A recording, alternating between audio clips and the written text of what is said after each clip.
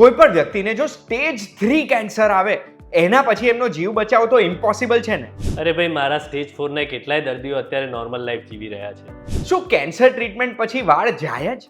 એ વસ્તુ હવે ઘણી જૂની થઈ ગઈ છે. હવે તો ઘણી બધી થેરાપી આવી ગઈ છે જેમાં લોકો વાળ સાથે મોડેલિંગ બી કરે છે. શું કીમોથેરાપી વૃદ્ધો સહન ના કરી શકે?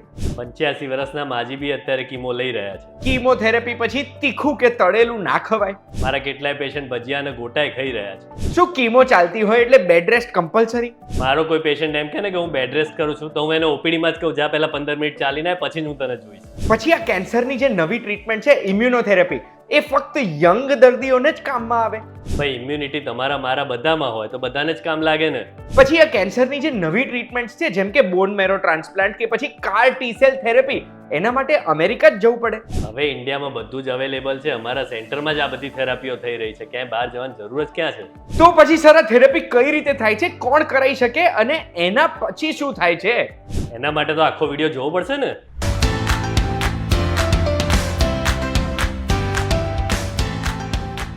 એક વાત કહું, આપનું સ્વાગત છે. મારું નામ છે ગુંજુ ઠક્કર. હવે કેન્સરથી ડરવાની જરૂરત નથી. કેમ? અરે દર વર્ષે આપણા મનગમતા ફોનનું નવું વર્ઝન આવે છે નવી ટેકનોલોજી સાથે. એ જ રીતે દર વર્ષે નવી નવી ટેકનિક્સ આવે છે, નવી નવી ટ્રીટમેન્ટ્સ આવે છે, જેનાથી કેન્સરનો ભય ધીમે ધીમે ઓછો થતો જાય છે. અને આજના એપિસોડમાં આપણે એના વિશે જ વાત કરવાના છે. વાત કરવા આપણે બહુ જ સ્પેશિયલ જગ્યાએ આવ્યા છે. આપણે ક્યાં આવ્યા છે? તો આપણે આવ્યા છે અમદાવાદના HOC વેદાંતા હોસ્પિટલમાં ડોક્ટર સંકેત શાહ જોડે. Sir, thank you so much અમને સમય આપવા માટે. Thank you. હવે સરનું હું છે ને ટૂંકમાં ઇન્ટ્રોડક્શન આપવા માંગુ છું.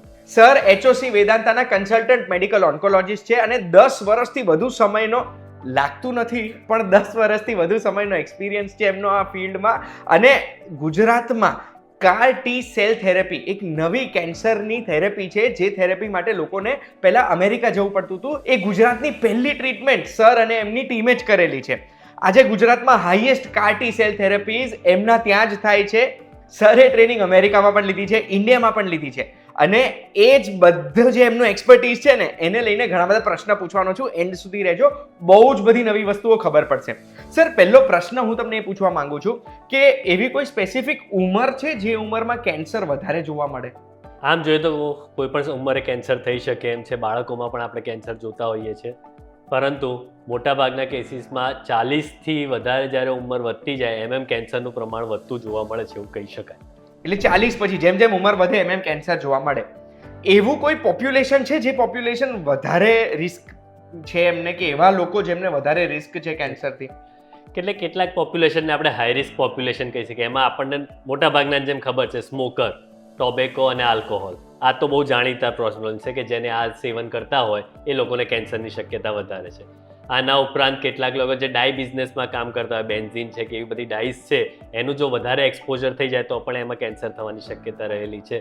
આનુવંશિકતા પણ એક કેન્સરનું કારણ ગણાય છે. એટલે કેટલાક લોકોના ફેમિલીમાં જો બહુ બધાને કેન્સર થયેલું હોય તો એમનામાં પણ કેન્સર થવાની શક્યતાઓ વધારે થયેલી હોય છે. એટલે આ બધા લોકો માટે હવે આપણે સ્ક્રીનિંગ પણ એવા પેશન્ટોનું આપણે વધારે કરતા હોઈએ છીએ. તો પછી સર, મારે તમને એ પૂછવું છે કે આજે આપણા દેશમાં કેમ કેન્સરના કેસીસ પકડાય તો મોસ્ટલી બધા લાસ્ટ સ્ટેજમાં જ હોય છે? તમારી વાત એકદમ સાચી છે. આમ આપણે જોઈએ તો કે કેન્સરના જ્યારે ફર્સ્ટ સ્ટેજ, સેકન્ડ સ્ટેજ હોય તો એમાં બહુ ક્યોરેટિવ કહેવાય. જ્યારે થર્ડ, ફોર્થ પર જતાં જેમ ક્યોર રેટ ઘટતો જાય છે. US અને ઇન્ડિયાની કમ્પેરિઝન કરીએ તો USમાં 75% બ્રેસ્ટ કેન્સર અર્લી સ્ટેજ હોય, ઇન્ડિયામાં 75% એડવાન્સ સ્ટેજ હોય છે. કેમ આવું થતું હોય છે? એનું એક સીધું કારણ હું જે સમજું છું એનું કહું તો અવેરનેસ ઓછી છે એવું કહેવા કરતાં વધારે એમ કહીશ કે એનો જે સ્ટિગ્મા કે એનો ફિયર છે એ વધારે છે. એવું નથી કે આજે કોઈને પેટમાં દુખતું હોય તો ખબર ના હોય કે મારે પ્રોબ્લેમ છે, 2 મહિનાથી પેટમાં દુખે છે, અથવા તો કોઈ સ્ત્રીને એના બ્રેસ્ટમાં લંપ છે તો એ ખબર ના હોય એવું હોતું જ નથી. પણ એ 3 મહિના 6 મહિના સુધી કશું જ નહીં કરે, કારણ કે બધાના મગજમાં ડર હોય છે કે જો મને કેન્સર નીકળ્યું તો મારું શું થશે. આ ઉપરાંત સ્ત્રીઓમાં તો એવો ડર રહેલો હોય છે કે જો મને કેન્સર નીકળ્યું તો મારા છોકરાઓનું ટિફિન કોણ બનાવશે, મારા પતિનું ધ્યાન કોણ રાખશે, મારા સાસુ સસરાને કોણ સાચવશે. આમાં ને આમાં એ પોતાની જાતને નથી સાચવતી. જ્યારે સાચી વાત એ છે કે જો એ પહેલાં કહી દે, વહેલું નિદાન થઈ શકે તો વહેલી સારવાર થઈ શકે અને એ એકચ્યુઅલી એને પરિવારને સાચવી શકે. જ્યારે હવે ઊંધું થાય છે, એકવાર કેન્સર એડવાન્સ સ્ટેજમાં આવી જાય પછી ફેમિલીએ એની કેર લેવી પડે છે. એટલે આ એક મેજર પ્રોબ્લેમ મને દેખાય છે કે જેના કારણે આપણે ત્યાં એડવાન્સ સ્ટેજમાં કેન્સર પકડાય છે. એટલે આ વાત તમારી સાચી છે. હું ઘણા બધા લોકોને મળું ને એ બધા એવું જ કહેતા હોય, એમને તકલીફ હોય, તકલીફ સહન કરે, એવું કે યાર જઈશું ને કંઈ પકડાશે તો અરે ભાઈ પકડાવાનું છે તો વહેલા પકડો ને મોડા પકડો એના કરતા. એક્ઝેક્ટલી આપણે ત્યાં તો એવું છે કે જો રિપોર્ટ આવે અને રિપોર્ટ નોર્મલ આવ્યો તો દુઃખી થઈ જાય કે નોર્મલ કેમ આવ્યો. અરે ભાઈ પણ આવું છે. પછી સર હું સરને છે ને નવી ઘણી બધી ટ્રીટમેન્ટ છે એના વિશે વાત કરું છું, પણ આજે સરના આટલા એક્સપિરિયન્સમાં એમણે શું અનુભવ કર્યા છે ને એના વિશે બી મારે જાણવું છે. તો સર હવે તમે અમેરિકામાં પણ ટ્રેનિંગ લીધેલી છે, અહીંયા પણ તમે દર્દીઓને જુઓ છો, તો દર્દીઓની માનસિકતામાં શું ફરક હોય છે ત્યાંમાં ને અહીંયામાં? એમાં હું કદાચ બહુ મોટો ફેર જોઈ શકું છું. ફાઇનાન્સની અને કોસ્ટની ને નવી ટ્રીટમેન્ટ એ બધાની વાતો આપણે અત્યારે સાઈડમાં મૂકી દઈએ, ખાલી પેશન્ટ માઇન્ડસેટ વિશે વાત કરીએ તો ત્યાં લોકો વધારે ઓપન હોય છે, એક્સેપ્ટન્સમાં હોય છે કે કેન્સર થઈ શકે છે, નથી થઈ શકતું. જો ડાયગ્નોસિસ થાય કેન્સરનું તો એની વાત કરવામાં પણ ઇઝી ગોઈંગ હોય છે, તેમના ફેમિલી જોડે ઇઝીલી ડિસ્કસ કરી શકે છે. આપણે ત્યાં જોઈએ તો ત્યારે કેન્સરનું ડાયગ્નોસિસ થાય તો શું થતું હોય, એક તો પહેલાં જ પેશન્ટને સાઈડમાં મોકલી દેવામાં આવે, પછી રિલેટિવ જ બેઠા હોય અને એ વાતો કરે કે સાહેબ શું કરશું, કેવી રીતે કરશું, આ કરશું તે કરશું. પેશન્ટને ઇન્વોલ્વમેન્ટ ના હોય. ઘરે જઈને બી જ્યારે વાતો કરે ત્યારે પેશન્ટને બીજા રૂમમાં મોકલી દે. જેવું પેશન્ટ એ રૂમમાં આવે એટલે તરત જ વાત કરવાની બંધ કરી દે. હવે ભણેલું ગણેલું પેશન્ટ છે કે કોઈ બી પેશન્ટ છે રહેતા, એ એક હોસ્પિટલથી બીજી હોસ્પિટલ ગયો, સિટી સ્કેન થયું, પેટ સ્કેન થયું, બાયોપ્સી કરી, આ બધું જ કરતા હોય ત્યારે એને એક ખબર તો પડી જ જતી હોય કંઈક તકલીફ થઈ રહી છે, ભલે કેન્સરનું નામ બોલે. એક ઇન્ટરેસ્ટિંગ તમને એક કહું, મારા ફેમિલીમાં જ જે થયેલું છે કે મારા કાકીને વેઇટ લોસ થતું હતું એટલે એમને તપાસ કરાવી અને તપાસ કરાવી એમાં જાણવા મળ્યું કે અલ્ટિમેટલી કોલોનનું કેન્સર, આંતરડાનું કેન્સર નીકળ્યું. હવે મારા કઝિન્સ જોડે અમે વાત કરીએ ત્યારે કાકીને થોડી વારમાં બહાર મોકલી દેવા. હવે એમના ઘરે કોઈ મળવા જાય ત્યારે કાકીને 2 મિનિટ વાત કરે પછી કાકીને રૂમમાં મોકલી દેવામાં આવે, રાઈટ? એ રીતનું જ્યારે ચાલ્યા કરતું હોય ત્યારે પછી ધીરે ધીરે કેવું થવા લાગે કે એ જ્યારે બહાર આવે ત્યારે તરત જ વાતો બંધ. ફાઇનલી એક વખત એવું ડિસાઇડ કર્યું કે હવે એમને કહેવામાં આવે. એટલે એક રાતે એમને ડિસ્ક્લોઝ કર્યું ત્યારે એમણે બી એવું કીધું કે મને તો ખ્યાલ આવી જ ગયો હતો કે આવું છે, એટલે બંનેને ખબર જ હતી, પણ ખાલી 2 જણ એકબીજા જોડે વાતો નહોતા કરતા. એ રાત અઘરી નીકળી, લોકો રોયા, બધું જ થયું. પણ નેક્સ્ટ ડે કોફી ટેબલ ઉપર બેસીને એ લોકો આગળ હવે ટ્રીટમેન્ટ કઈ રીતે કરશું, સર્જરી કરશું, કીમો લઈશું, શું કરશું, એ બધાની ભેગા બેસીને શાંતિથી વાત કરતા હતા. હવે ખરેખર કેન્સરની ટ્રીટમેન્ટ માટે સૌથી વધારે જરૂરી છે. એટલે એનાથી માહોલ જે નેગેટિવ હતો એ નેગેટિવથી પોઝિટિવ. એક્ઝેક્ટલી. તમે હવે ખુલીને વાત કરી શકો છો કે આપણે શું કરવું છે હવે આગળ. અને દરેક વખતે દરેક ટ્રીટમેન્ટ દરેક દર્દીને આપવાની જરૂર નથી હોતી, એમાં દર્દીનો મત પણ આપણે લેતા હોઈએ છીએ. તો આપણે એને કહીશું તો એની ઈચ્છા જાણી શકીશું કે ખરેખર તમારે શું કરવું છે. જ્યાં સુધી કહીશું જ નહીં, રિલેટિવ અને ડૉક્ટર કઈ રીતે નક્કી કરી શકશે કે શું કરવું? પેશન્ટને તો એમાં લેવું જ પડશે ને. હવે સર કેન્સર જ્યારે કોઈ પણ દર્દીને ડાયગ્નોઝ થાય છે તો એ કેન્સર ફક્ત એકલા દર્દીને નથી થતું, આખા પરિવારને થતું હોય એવું જ એમને લાગતું હોય છે. પરિવારને બી ચિંતા થઈ જાય ને એટલે ઘરના વડીલો, ઘરના ઘણા બધા એવા લોકો છે એ લોકો ઘણી બધી ઓલ્ટરનેટિવ મેડિસિન પણ આપતા હોય છે કે આમની જોડેથી આવો ઉપાય, આમની જોડેથી આવો ઉપાય. એના વિશે તમે શું કહો છો? ઘણી બધી સારવાર ઓલ્ટરનેટિવ મેડિસિન્સ બહુ બધી અવેલેબલ છે. હવે એના વિશે તો હું કંઈ બહુ ખાસ કહી ના શકું કારણ કે હું એ બધાનો એક્સપર્ટ નથી. પણ એલોપેથીમાં હું કહી શકું કે એમાં જે અવેલેબલ સારવાર છે એ ડિસ્કશન કરવામાં આવે છે અને એના વચ્ચે જ આપણે ડિસિઝન લેવું જોઈએ. બીજી સારવારમાં શ્રદ્ધા લોકોની અલગ જાતની હોય છે અને શ્રદ્ધાનો વિષય છે, ત્યાં કહેવાય છે ને કે શ્રદ્ધાનો વિષય હોય ત્યાં પ્રશ્નનું કામ નહીં, એવી રીતની વસ્તુ છે. એટલે આપણે એલોપેથી ઉપર જ સ્ટીક રહીએ. તો પછી સર હવે કેન્સરની એલોપેથિક ટ્રીટમેન્ટની જ વાતો કરીએ. છેલ્લા ઘણા વર્ષોમાં કેન્સરની નવી નવી ટ્રીટમેન્ટ જે શોધાઈ છે એ કઈ કઈ છે? સો સર્જરી, રેડિયેશન અને કીમોથેરાપી તો આપણે ઘણી બધી વાર સાંભળેલું છે. હવે જે નવી સારવાર આવી છે એમાં સૌથી ઇમ્પોર્ટન્ટ છે, એમાં એક છે ટાર્ગેટેડ થેરાપી. ટાર્ગેટેડ થેરાપી એટલે કેન્સરના સ્પેસિફિક સેલને ટાર્ગેટ કરીને એને મારે એવી થેરાપી કે જેનાથી કીમોથેરાપીમાં કેવું હોય કે એ બધા જ સેલ્સને મારી લે. જ્યારે ટાર્ગેટેડ થેરાપી સ્પેસિફિકલી કેન્સર ઉપર જ કામ કરે જેથી બાકીના નોર્મલ કણોને અસર ઓછી થાય. એવી જ રીતે બીજી જે થેરાપી હવે નવી આવી છે એને કહેવાય છે ઇમ્યુનોથેરાપી. હવે ઇમ્યુનોથેરાપી એટલે શું? આપણે બધા જ આપણી ઇમ્યુનિટી વિશે તો જાણીએ છીએ. આપણા શરીરમાં દર સેકન્ડે અમુક સેલ્સ એવા બનતા હોય કે જેમાંથી કેન્સર બની શકે, પણ આપણી જે બેઝિક ઇમ્યુનિટી સિસ્ટમ છે એ આ બધા સેલ્સને ડિસ્ટ્રોય કરતી હોય. કોઈ કારણોસર જ્યારે આ સેલ ડિસ્ટ્રોય ના થયા તો એ વધવા લાગે અને એ કેન્સર બનાવે. આપણી આ જે ઇફેક્ટિવ ઇમ્યુન સિસ્ટમ છે એને જ સપોર્ટ કરીને એને સ્ટ્રોંગ બનાવીએ કે જેથી એ પોતે કેન્સરને મારે. આ થેરાપીને કહેવાય ઇમ્યુનોથેરાપી. એના બહુ બધા પ્રકાર હોય છે. અમુક ઇન્જેક્શનના સ્વરૂપમાં આવે જે દર થોડા સમયે તમે ઇન્જેક્શન આપો એટલે ઇમ્યુનિટી વધ્યા કરે અને કેન્સરને માર્યા કરે. નવી થેરાપી જે આવી છે બોન મેરો ટ્રાન્સપ્લાન્ટ જે કહેવાય, આમ જૂની છે પણ હવે ઘણી બધી વધી રહી છે. અને એકદમ અદ્યતન થેરાપી જેને કહેવાય કાર્ટી સેલ થેરાપી. તો એ પણ હવે વધી રહી છે. આ બધી જ એક ઇમ્યુનોથેરાપીનો પ્રકાર છે. આ બધાનો ફાયદો એવો છે કે એ તમારા નોર્મલ સેલ્સ અને કેન્સર સેલને સેપરેટ કરી શકે અને સ્પેસિફિકલી કેન્સર સેલ પર વધારે ટાર્ગેટ કરીને નોર્મલ સેલ્સને ઓછું ડેમેજ આપે. એટલે એ થેરાપી હવે વધારે વપરાઈ રહી છે. આ કાર્ટી સેલ થેરાપી એટલે જે તમે ગુજરાતમાં પહેલી કરી હતી એ જ? હા, એ જ. હવે એના વિશે પૂછું ને એ પહેલા મારે આ બોન મેરો ટ્રાન્સપ્લાન્ટ પૂછવું છે કે આ બોન મેરો ટ્રાન્સપ્લાન્ટ પિક્ચરોમાં બહુ સાંભળતા હોઈએ છે, બટ આ હોય શું એક્ઝેક્ટલી? સો બોન મેરો ટ્રાન્સપ્લાન્ટ એટલે બેઝિકલી આપણા શરીરમાં જે બધા જ બ્લડ સેલ્સ ગણીએ એ બધા જ આપણા હાડકાના માવામાંથી બનતા હોય. હાડકાના માવામાં એક સ્પેશિયલાઇઝ સેલ્સ હોય જેને કહેવાય સ્ટેમ સેલ.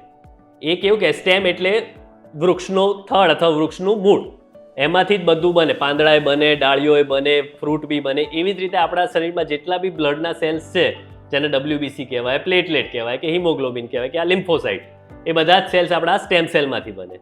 એ સ્ટેમ સેલ કોઈ દર્દીમાં ઇફેક્ટિવ ના હોય તો એના સેલ્સને કાઢી નાખો અને બીજા ડોનર કે જેના સ્ટેમ સેલ સારું કામ કરે છે, તો હવે એના સેલ્સ આપણે લઈએ અને આ પેશન્ટના શરીરમાં નાખીએ. ધીરે ધીરે ગ્રોથ થવા લાગે અને પેશન્ટના શરીરમાંથી કેન્સરના સેલ્સને કાઢીને એ પોતે નોર્મલી કરાવી દે. આ પ્રોસિજરને આપણે બોન મેરો ટ્રાન્સપ્લાન્ટ સાદી ભાષામાં કહી શકીએ. ઓકે, હવે આ જે સ્ટેમ સેલનું જે ડોનર છે, ડોનરને કોઈ તકલીફો થાય ને એમના બોડીમાંથી સ્ટેમ સેલ નીકાળે કઈ રીતે? હા, આ બહુ અગત્યનો સવાલ છે. ઘણા બધા દર્દીઓને એવો પ્રશ્ન થતો હોય છે કે બોન મેરો ટ્રાન્સપ્લાન્ટ એટલે તો હાડકામાં સોય નાખીને બહુ બધા બ્લડ લેતા હોય, હાડકામાં બહુ બધી સોયો નાખતા હોય, એવું થતું હોય છે, જે જૂના જમાનામાં થતું હતું પણ ખરું. હવે પ્રોસેસ આખી બદલાઈ ચૂકી છે. નોર્મલી જે ડોનર હોય, સૌથી પહેલાં તો અમે ડોનર કઈ રીતે સિલેક્ટ કરીએ છીએ, રાઈટ? આજે ધારો કે હું પેશન્ટ છું તો ડોનર તરીકે યુઝ્યુઅલી ક્યાં તો મારા બ્રધર સિસ્ટર્સ લેવામાં આવે, એમાં સ્પેશિયલાઇઝડ એક ટેસ્ટ કરીએ. ટેસ્ટ જો મેચ થતું હોય તો એને ડોનર તરીકે લઈએ. એ ના મળે તો ક્યાં તો મારા પેરેન્ટ્સ હોય, ક્યાં તો મારા ચિલ્ડ્રન હોય. એમાંથી કોઈ ના મળે તો there is so cold registry પણ અવેલેબલ છે ડોનરની, તો એમાંથી આપણે સિલેક્ટ કરીએ. હવે એક વાર જે ડોનર સિલેક્ટ થઈ જાય, એના સેલ્સ આપણે કઈ રીતે લઈએ? તો એના શરીરમાં એક સોય અહીંયા લાગે, એમાંથી બ્લડ બહાર કાઢીએ. એ બ્લડ એક મશીનમાં જાય છે, ડાયાલિસિસ મશીન જેવું નાનકડું મશીન. એમાંથી એ મશીન પોતે જ સ્ટેમ સેલને ખાલી અલગ કરી દે, બાકીનું બધું બ્લડ બીજી વેઇનથી બીજા લાસ્ટથી એના શરીરમાં પાછું આવી જાય. એટલે આ બધી પ્રોસેસના અંતે એકચ્યુઅલી તો આપણે 200-250 ml બ્લડ જ લઈએ છીએ ડોનરનું, અને એ પણ નોર્મલ જેમ બ્લડ ડોનેટ કરતા હોય એ જ પ્રોસેસથી થતા હોઈએ છીએ. અને એમાં પાછું એ બ્લડ તો પાછું જ આવી ગયું, પેશન્ટને ડોનરને તો પાછું જ મળી જાય. એટલે એકચ્યુઅલી તો હું તમને કહું, બોન મેરો ટ્રાન્સપ્લાન્ટમાં ડોનર એક એવી વસ્તુ આપી રહ્યો છે કે જેમાં એણે કશું ખોવાનું નથી. પેશન્ટને તો જે જોઈએ છે એ મળી જ જાય છે, રાઈટ? કિડની ટ્રાન્સપ્લાન્ટમાં તમારે કિડનીનો ભાગ આપવો પડે, લીવર ટ્રાન્સપ્લાન્ટમાં લીવર ટ્રાન્સપ્લાન્ટનો ભાગ આપવો પડે, આઈ ડોનેશનમાં બી કંઈક આપવું પડે. બ્લડમાં તો તમે જે આપો છો અઠવાડિયે 10 દિવસમાં તો તમારું બોડી રીજનરેટ કરી લે છે. So you are not losing but patient is gaining the life. તો સર આ હતું બોન મેરો ટ્રાન્સપ્લાન્ટ. એટલે આટલી નાની વસ્તુને, આટલા તમારા 250 ml લોહીથી આટલી મોટી વસ્તુ થઈ શકે કોઈને?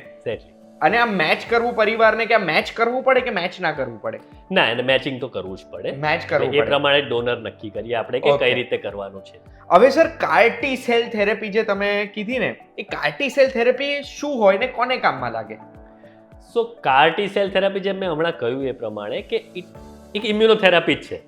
હવે ઇમ્યુનોથેરાપી એટલે આપણા સ્પેસિફિક ઇમ્યુન સેલ્સ જેને ટી સેલ્સ કહેવાય. હવે આ ટી સેલ્સ છે ને કેન્સરના સેલ્સને મારવામાં અગત્યનો ભાગ ભજવે છે.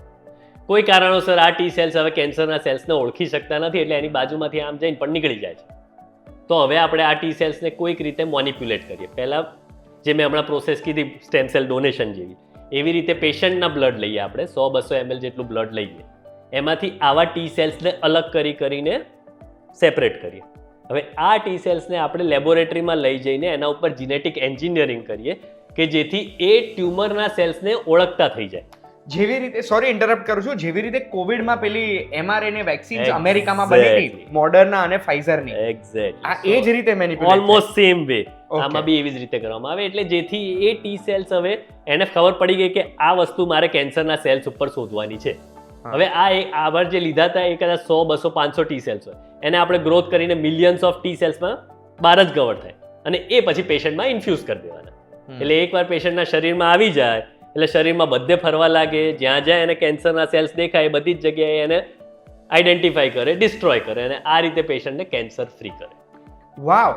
તો પછી સર, આ બોન મેરો ટ્રાન્સપ્લાન્ટ છે એ અને આ કાર્ટી સેલ થેરેપી, આ બંને થેરેપી કેવા દર્દીઓને, કયા કેન્સરના દર્દીઓને કામ લાગે અને કયા સ્ટેજ ઉપર? એક્ઝેક્ટલી. સો બંનેનું ઇન્ડિકેશન થોડું અલગ છે પણ થોડું ભેગું પડશે. વાત કરીએ આપણે કાર્ટી સેલ થેરાપીની, તો કાર્ટી સેલ થેરાપી અત્યારે લિમ્ફોમા, બી સેલ લિમ્ફોમા અને બી સેલ લ્યુકેમિયામાં રિલેપ્સ થયું હોય અથવા તો જે કેન્સર કીમોથેરાપીને રિસ્પોન્સ ના આપતું હોય એવા માટે વપરાઈ રહી છે. અને બીજો રોગ છે એ કહેવાય મલ્ટિપલ માયલોમા. આ બંને માટે અત્યારે કાર્ટી સેલને એપ્રૂવ કરાવવામાં આવેલી છે. બોન મેરો ટ્રાન્સપ્લાન્ટની વાત કરીએ તો મોટાભાગના બ્લડ કેન્સર્સને ટ્રીટ કરવા માટે બોન મેરો ટ્રાન્સપ્લાન્ટ આપણે વાપરતા હોઈએ છીએ.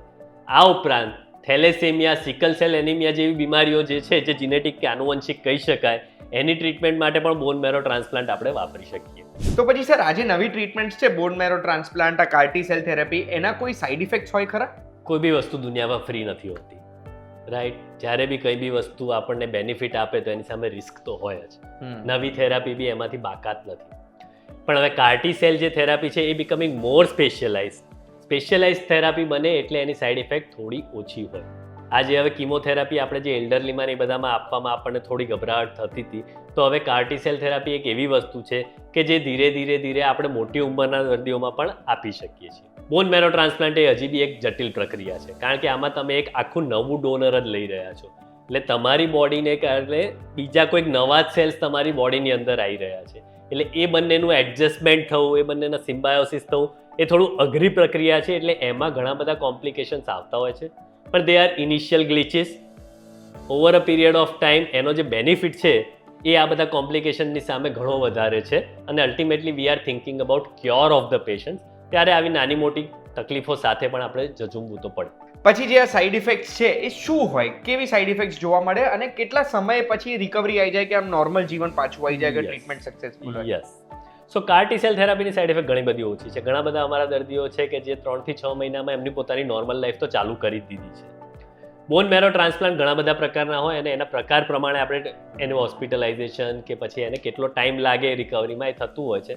સામાન્ય રીતે ઓટોલોગસ જે ટ્રાન્સપ્લાન્ટ કહેવાય, પેશન્ટના પોતાના જ સેલ્સ વાપરવાના આવે એમાં, તો એમાં નોર્મલી 2 થી 3 મહિને 6 મહિને પેશન્ટ રિકવરી થઈને નોર્મલ લાઈફ જીવવા લાગતું હોય છે. એલોજેનિક ટ્રાન્સપ્લાન્ટ કરીએ તો એમાં નોર્મલી 6 થી 12 મહિના અમે કહેતા હોઈએ છીએ. પણ આ 6 થી 12 મહિના પણ હોસ્પિટલાઇઝ રહેવું જરૂરી નથી હોતું. હોસ્પિટલાઇઝેશન તો ખાલી 15 દિવસ, 21 દિવસ કે 28 દિવસ જ હોય છે. એના પછી ઘરે કેર લેવાની હોય છે અને રેગ્યુલર ફોલોઅપ કરતા રહેવાનું હોય છે. ઓકે. પછી સર સ્ટેજ 4 કેન્સરના કોઈ બી એવા દર્દી છે જેમનું તમે કેન્સર એકદમ નીકળી જ ગયું હોય ને એકદમ કેન્સર ફ્રી? આ બધી થેરાપી એવી જ છે કે ધારો કે એક્યુટ લ્યુકેમિયા ગણીએ તો લ્યુકેમિયા એટલે એક એવી વસ્તુ કે જે આખા બ્લડમાં ફેલાયેલી છે. Blood cancer is spread all out the blood. એમાં કેન્સર જેવું કશું હોતું, સ્ટેજ જેવું ના હોય, આખા બોડીમાં જતો હોય. તો એવા બી દર્દીઓને આપણે રિવર્સ કરી શક્યા છીએ. કે જેમ કે હું અમારા પહેલા પેશન્ટની વાત કરું, કાર્ટી સેલ થેરાપી જેની કરી હતી, એની યંગ છોકરો હતો. શરૂઆતમાં સૌથી પહેલાં એને લ્યુકેમિયા ડાયગ્નોઝ થયું હતું આઈ થિંક 2014-15માં. પછી એને કીમોથેરાપી 2 વર્ષ લીધી ને સારું થઈ ગયું. 2019માં રોગ પાછો આવ્યો, ફરી પાછી કીમોથેરાપી લીધી, સારું થયું. પણ આ વખતે એને ટ્રાન્સપ્લાન્ટ કરાવવાની જરૂર હતી. ટ્રાન્સપ્લાન્ટ માટે એનો બ્રધર સિસ્ટર કોઈ મેચ થતું નહીં, એટલે એના ફાધરે એને ડોનેટ કર્યા સેલ્સ. અને અલ્ટિમેટલી એને કહેવાય હેપ્લો આઇડેન્ટિકલ ટ્રાન્સપ્લાન્ટ, કે જે ડિફિકલ્ટ ટ્રાન્સપ્લાન્ટ હોય પણ ultimately survive. He came out good and then he started his business, he started travelling. અને ટ્રેકિંગનો શોખ હતો એટલે નૈનીતાલ, મનાલીની બધી જગ્યાએ ટ્રેકિંગ કરવા લાગ્યો. સડનલી વન ફાઇન ડે એને ફોલોઅપ માટે બસ થયું કે વર્ષ થઈ ગયું છે, ચલો બ્લડ ટેસ્ટ કરાવી. તો એણે બ્લડ ટેસ્ટ કરાવ્યો અને એમાં અનફોર્ચ્યુનેટલી રોગ હજી પાછો, right? This was way back in 2024. Again he came. અને એ ટાઈમે હવે ટ્રાન્સપ્લાન્ટ થઈ ચૂક્યું હતું, ફાધરે ડોનર આપી દીધું, એટલે બીજો કોઈ ડોનર અમારી જોડ નહોતો, એને બી ટ્રાન્સપ્લાન્ટ હવે ફરી નહોતું કરાવવું, ઓપ્શન કોઈ હતા નહીં. ત્યારે જ નવી કાર્ટી સેલ થેરાપી ઇન્ડિયામાં અપ્રૂવ થઈ હતી, રાઈટ? ઓક્ટોબર 23માં અપ્રૂવ થઈ હતી. સો વી એક્સપ્લેન્ડ હિમ અને એ રેડી બી થઈ ગયો. He trusted us, that is the best thing for him. અને we underwent the CAR T cell therapy for him. He was our first patient and now touch wood અત્યારે 1 વર્ષ થઈ ગયું છે. He has again gone back to his business, doing all his trekking and everything again back and he is doing a normal life. Wow! Doctor ભગવાન સમાન હોય ને, આ વસ્તુ અહીંયા સાચી પડે છે કે આઈ થિંક હું પર્સનલી એવું માનું છું કે જે ઓન્કોલોજિસ્ટ હોય ને, જે કેન્સરના ડોક્ટર્સ કહેવાય, એ સૌથી ડિફિકલ્ટ કામ કરી રહ્યા છે ને. જે સર આપણે હમણાં થોડી વાર પહેલાં વાત બી કરી, કારણ કે એ સૌથી ડિફિકલ્ટ રોગ સાથે ટ્રીટ કરી રહ્યા છે ને. એમના માટે એ જે રોગ, એટલે આમ hats off to you sir. I have no words for this. ના, હું એમાં એવું કહીશ કે અમારા કરતાં પેશન્ટોનો અમારા પર જે ભરોસો હોય છે, પેશન્ટના ફેમિલી મેમ્બર્સનો અમારા પર જે ભરોસો હોય છે ને, દેટ ડ્રાઈવ્સ અસ. પણ at the end of the day they see us that we are working for him, together we are working. એ પણ અમને એટલો સપોર્ટ કરતા હોય છે અને ત્યારે જ અમને એવું થાય છે કે હા, કોઈ અમને સપોર્ટ કરે છે તો અમે પણ એમને સપોર્ટ કરીએ. વાવ. તો સર, હવે એક મુખ્ય સવાલનો મને જવાબ આપી દો કે શું આજના જમાનામાં આજે આપણે કેન્સરથી ડરવું જોઈએ? કેન્સરથી ના ડરવું કે ડરવું, એના કરતાં સૌથી જરૂરી વાત છે કે કેન્સર હવે થઈ જ શકે છે એ જાણવું. આપણા જે નવા ડેટા આવી રહ્યા છે એ પ્રમાણે દર 10માંથી 1 પેશન્ટ જે ક્લિનિકમાં આવે એને કેન્સર હોવાનું છે અને આ આંકડો કદાચ આવતા 5 થી 10 વર્ષમાં વધવાનો જ છે. સો હું કેન્સરથી ડરું કે ના ડરવું એ ઇમ્પોર્ટન્ટ નથી, પણ હું કેન્સરને જાણવું એ સૌથી વધારે જરૂરી છે. એકવાર નોલેજ આવશે તો આપણે જાણી શકશું કે કઈ કઈ સ્ક્રીનિંગ મેથડ અવેલેબલ છે. એકવાર સ્ક્રીનિંગ મેથડ અવેલેબલ છે તો કોણ કોણ હાઈ રિસ્ક છે એની આપણે સ્ક્રીનિંગ ચાલુ કરી શકીએ. જો આપણે એ હાઈ રિસ્ક ગ્રુપમાં આવતા હોય તો આપણે એનું સ્ક્રીનિંગ ચાલુ કરવું જોઈએ. એકવાર જો કેન્સર ડાયગ્નોઝ થયું તમને કે તમારા ફેમિલી મેમ્બર, તો નાસીપાસ નથી થવાનું. અમારે ત્યાં આવીને અમે 2 દર્દીઓ પ્રકારના દર્દીઓની વાત કરીએ. કેટલાક દર્દીઓના રિલેટિવ એવા હોય છે કે જેને અમે કહીએ ને કે કેન્સરની શક્યતા છે, ત્યાંથી જ બસ ફાઇલ બંધ, ઘરે લઈ જવાનું, અમારે કાંઈ નથી કરવું, અમે સેવા કરશું, કશું જાણવાની મહેનત નહીં. બીજા પ્રકારના દર્દી એવા હોય કે કેન્સર અમે કહીએ એટલે કે હા ચલો ટેસ્ટ કરીએ, બાયોપ્સી કરાવે, કન્ફર્મ કરે, બસ સાહેબ ખાલી જાણવું જ તું કે કેન્સર છે, હવે અમારે સારવાર નથી. અને ત્રીજા પ્રકારના એવા હોય છે કે જે ફાઇનલી સારવાર માટે તૈયાર થાય. એટલે આ જે 2/3 દર્દીઓ જે છે એમને મારે એવું કહેવાની જરૂર છે કે હવે સાયન્સે ઘણું બધું પ્રોગ્રેસ કરી લીધો છે. તમે જૂના જે 20 વર્ષ 25 વર્ષ 50 વર્ષ પહેલાંના તમારા અનુભવો હતા એને બદલો, માનસિકતા બદલો, તમારા ડૉક્ટરને તમારા જે પ્રશ્નો હોય પૂછો, એ તમારા પ્રશ્નોનું સમાધાન કરશે અને એવું વધારે ચાન્સીસ છે કે તમે પણ જાણી શકશો કે હવે સારી સારવાર, ઓછી કોમ્પ્લિકેશન્સ કરે એવી સારવાર અવેલેબલ છે અને જેનાથી દર્દી ક્યોર પણ થઈ શકે છે, સારો પણ થઈ શકે છે અને નોર્મલ લાઈફ જીવી શકે છે. છેલ્લો પ્રશ્ન પૂછીશ સર, કોસ્ટને લઈને. આ તમે જે મને બોન મેરો ટ્રાન્સપ્લાન્ટ અને કાર્ટી સેલ થેરેપીની વાત કરી એ મોંઘી તો હશે જ ને? ઓબ્વિયસલી કોઈ બી નવી સારવાર આવે એ મોંઘી હોવાની. જ્યારે મોર ધ કોમ્પ્લિકેટેડ સારવાર, મોર ધ કોસ્ટલી, રાઈટ? એટલે કોસ્ટ તો વધવાની છે પણ over a period of time એ ઓછી થવાની જ છે, રાઈટ? નવા કંપનીઓ આવશે, નવા સાધનો આવશે, નવી ટેકનોલોજીસ આવશે, એટલે over a period of time ઓછી થવાની. પણ મીન વાઇલ આપણે તો એવું કરી શકીએ ને કે આપણો મેડિક્લેમ ગણો કે આપણે બચત ગણો, એ બધું આપણે વધારી શકીએ કે આ બધા જે ખર્ચા ફ્યુચરમાં આવી શકે છે, જેમ મેં તમને કીધું એ કેન્સરના ચાન્સીસ તો વધવાના જ છે, તો એમાં આપણે હોઈ શકીએ. એ વસ્તુને આપણે સ્વીકારી લઈશું તો એ ઇઝી થઈ શકશે અને આપણે આપણું કવરઅપ જો બનાવી લઈશું તો કદાચ આ મોંઘી સારવાર પણ આપણને એફોર્ડેબલ થઈ શકશે. હવે ડૉક્ટર સંકેત જોડે વાત કરતો હતો ને ત્યારે એમણે મને એમના એક પેશન્ટ વિશે માહિતી આપી. જે પેશન્ટે કાર્ટી સેલ થેરેપીની ટ્રીટમેન્ટ ટ્રાય કરેલી છે. દહેરાદૂનથી 21 વર્ષના ગુનગુન, જેમને હોજકિન લિમ્ફોમાનો સ્ટેજ 4 ડાયગ્નોઝ થયો હતો. સ્ટેજ 4 એટલે બહુ એડવાન્સ સ્ટેજ કહેવાય કેન્સરનો. તો એમની જર્ની મેં સાંભળીને તો મને લાગ્યું કે આ તમારા સુધી લાવવી પડે એવી છે. તો મને જોઈએ છે તમે આ જર્ની જુઓ જેનાથી તમને આ નવી ટ્રીટમેન્ટ ઉપર હજુ પણ ભરોસો બેસે. So in 2023, basically diagnosed 2023 में हुआ था, but 2020 में when I was flying as a cabin crew, तब क्योंकि डोर्स ऑपरेट करने पड़ते हैं, स्विमिंग वगैरह जब चल रहा था, तो I thought it could be because of that, क्योंकि मेरे बैक पेन स्टार्ट हो गया था. देन आफ्टर सम टाइम वो जो बैक पेन था वो धीरे धीरे नेक में जा रहा था एंड देन हेड पे. सो आई इतना ज़्यादा seriously I didn't took it because मुझे लगा it is all because of the weight, क्योंकि जो डोर ऑपरेशन होते हैं वो काफ़ी ज़्यादा वेट का होता है. तो धीरे धीरे आई थॉट कि मे बी फिजियोथेरेपी करवा के वो ठीक हो सकता है. But then in January 2023 I could feel knots in my neck. Then it was quite surprising क्योंकि वो पेनफुल भी था साथ में.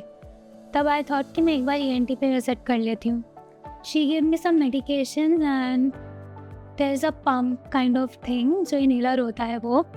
और 2 months हो गए, उससे कुछ इम्प्रूवमेंट नहीं हुआ. Even I use to take Ultracid medicine जो बहुत हैवी डोज होता है पेन किलर का, बट उससे भी कुछ फ़र्क नहीं पड़ रहा था. Then in April I came back to ENT and she saw the knots over here, उसका साइज़ काफ़ी बढ़ गया था. तो उन्होंने बोला लेट्स डू FNAC टेस्ट कि देखते हैं क्या है एक्चुअली में, क्योंकि उनके माइंड में आ गया था इट कुड बी TB और कैंसर और tumour anything. So I was mentally prepared कि okay, this is not something normal. Then FNAC के बाद कुछ उसमें डायग्नोस नहीं हो पाया क्योंकि वो जो नोट्स थी वो बहुत ज़्यादा अंदर थी. इट्स जस्ट वो स्वेल हो गया था बट वो वहाँ तक रीच नहीं कर पाए. Then in May 4 they set की बायोप्सी कराती है. 4 May को मेरी बायोप्सी थी, टेस्ट हुए बट उसमें कुछ क्लियर नहीं आया. तो ये सब देहरादून में हुआ था. And then after some time, जब बहुत टाइम हो गया, 15-20 डेज हो गए, वी वर क्यूरियस क्योंकि इतना टाइम तो नहीं लगता है. And in the end Ahmedabad आके जब मेरा ट्रीटमेंट स्टार्ट हुआ, then we got to know okay this is Hodgkin lymphoma stage 4. So this is how I got to know about it. जब मेरा बोन मैरो का ट्रांसप्लांट चल रहा था ना, बोन मैरो ट्रांसप्लांट, उस टाइम पे मुझे 1 month एडमिट रहना था of course. And it was like कि आपको बस एक सिंगल रूम मिलेगा और आप बाहर नहीं जा सकते हो. जाओगे तो मास्क पहनना है, किसी से मिलना नहीं है. बहुत सारे रिस्ट्रिक्शंस थे क्योंकि इम्यूनिटी लूज़ हो जाती है. बट वहाँ का जितने भी लोग थे, they made me feel like home. They are now like a family to me. क्योंकि ऐसा टाइम होता था जहाँ पे मैं बहुत ज़्यादा परेशान हो जाती थी एक टाइम के लिए. दो आई एम स्ट्रॉन्ग बट ऐसा होता है ना, आप एक रूम में ही रहते हो, आपको कहीं नहीं जाना, ड्रिप्स कंटिन्यू चल रही है, मम्मा वाज देयर विद मी पूरे टाइम वहीं पे, एक रूम में बेड पे बैठे रहना. तो it was kind of a bit depressive. But वहाँ पे they were like come on get up, you can not sit like this, let's do something, कुछ करते हैं. तो वहाँ पे सब टीम बना कर के we used to play a lot of things like ludo and cards. So everybody was so supportive and caring. And they are now like a second family to me. And now comes Sanket sir. He is like an angel in my life, I would say. क्योंकि बहुत सारे reasons हैं वैसे, but जब भी वो आते हैं ना, जब भी मैं उनसे मिलती हूँ, आई डोंट नो हाउ, अगर मुझे कुछ भी हो रहा हो and then I am going to the OPD to meet him, मैं ऑटोमेटिकली ठीक हो जाती हूँ. And my mamma is the proof. And उसके बाद पर घर जाके अगर कुछ साइड इफेक्ट है तो मम्मी मुझे ही डांटती है, वहाँ पे क्यों नहीं बोला. कि आई don't no, he has that positivity in him कि अगर वो कभी मुझसे मिलने भी आए हैं, अगर मैं एडमिट हूँ, तो is always like how kiddo, how are you, always energetic. So I am just loving it. तो हॉजकिन जब डायग्नोज हो गया था तो 6 months ऑफ साइकिल चली थी मेरी कीमोथेरेपी के. एंड जो नोट्स थी वो एब्डोमिनल, चेस्ट और नेक में थी. आफ्टर 6 months सारा क्लियर हो गया था कि ठीक है, पेट सिटी स्कैन जो होता है डायग्नोस करने के लिए कि कितनी अभी है डिजीज़, तो वो सारा क्लियर हो गया था. But in January 2024 we got to know कि सारे नोट्स तो हट गए हैं, बट चेस्ट में अभी एक और है जो साइज में इंक्रीज़ हो गई थी. तो doctor got to know okay this is something else, क्योंकि हॉजकिन वाली जो थी वो तो सब हट गई है, बट जो चेस्ट में है वो कोई और है अब. तो उसका बायोप्सी हुआ. एंड देन बायोप्सी के बाद वी गॉट टू नो कि जो कैंसर था वो नॉन हॉजकिन में कन्वर्ट हो गया है. केम बैक टू अहमदाबाद क्योंकि we can not afford, I can not lose myself, I am just 21. तो देहरादून से यहाँ पे वापस आने के बाद अहमदाबाद में आई मेट संकेत सर एंड भाविन सर जो मेरे पहले ही डॉक्टर थे स्टर्लिन एंड वेदांता हॉस्पिटल के. I got blessing, I don't know how I met Bhavin sir कि वहाँ पे वो हमेशा कॉन्टैक्ट में रहते थे. इवन तो मैं उनके अंडर नहीं थी उस टाइम पे, दे वर ऑलवेज लाइक कि टेल मी क्या चल रहा है, मैं बताऊँगा. तो वहाँ पे क्योंकि कुछ वर्कआउट नहीं हो रहा था तो मैं अहमदाबाद आई, यहाँ से दोबारा ट्रीटमेंट स्टार्ट हुआ. संकेत सर ने बोला कि कार्टी सेल थेरेपी करते हैं, बट बिकॉज नोट का साइज वॉज वेरी बिग, तो ही सेड लेट्स सी, पहले कीमोथेरेपी करते हैं, फिर अगर कुछ अफेक्ट होगा लेट्स सी, अगर बोन मैरो कर सकते हैं, otherwise will shift to CAR T cell therapy. Then मेरी 3 कीमो साइकिल हुई एंड थैंकफुली वो बहुत इफेक्टिव थी, तो नोट का साइज कम हुआ. And then bone marrow transplant and now I'm fine. Wow, मतलब now you're cancer free. So now I am cancer free.